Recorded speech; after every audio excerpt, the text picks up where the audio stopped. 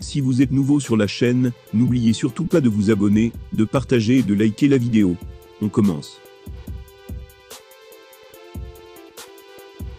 Francis Ngannou n'a toujours pas prolongé son contrat avec l'UFC et il pourrait bientôt devenir agent libre. Si c'est le cas, il ne devrait pas manquer d'offres. Certaines grandes fédérations expriment d'ores et déjà leur ambition. Le BKFC est ouvertement intéressé par le Predator.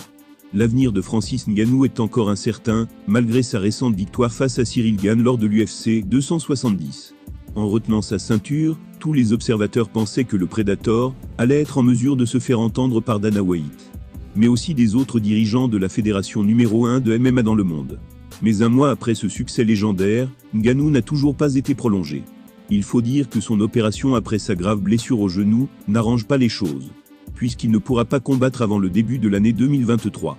Et s'il ne trouve pas d'accord avec l'UFC d'ici là, le Camerounais sera officiellement libre de s'engager où il veut, et notamment dans la boxe, pour affronter Tyson Fury, dans un combat légendaire et particulièrement rentable. Il pourra enfin réduire l'écart salarial qui le sépare du Deep Sea King.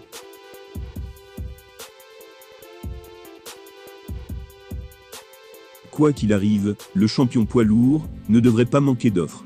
En effet, qui ne voudrait pas d'un homme aussi terrifiant dans la cage, et qui a une histoire aussi touchante?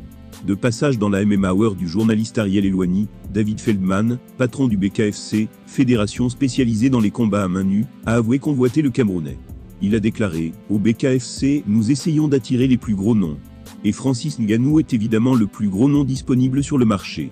Mais nous devons attendre de voir ce qu'il va décider avec l'UFC. Je ne sais pas s'il est hors d'atteinte pour nous ou pas, je ne sais pas s'il va partir. Mais nous allons évidemment tenter notre chance avec lui. Si Francis Ngannou ne trouve pas d'accord avec Dana White, il pourra tenter sa chance au BKFC, l'une des ligues les plus dangereuses de la planète. Pour rappel, en octobre dernier, un combattant avait perdu la vie après un KO en 19 secondes dans le ring. Parce que tous se battent sans gants, les impacts sont forcément plus importants, plus violents, et donc potentiellement plus dangereux.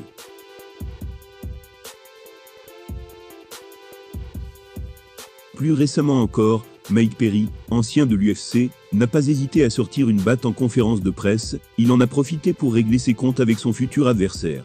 Ce qui donne une idée de l'ambiance qui règne au BKFC. Mais cette violence plaît visiblement, puisque la fédération a été rachetée par l'entreprise Trier. Cette compagnie a notamment aidé Jake Paul à se lancer dans la boxe. L'argent ne devrait donc pas être un souci, au moment de plaire à Francis Ngannou. Francis Ngannou est convoité par tout le monde, à l'approche de la fin de son contrat, ce qui pourrait lui permettre de négocier une grosse augmentation.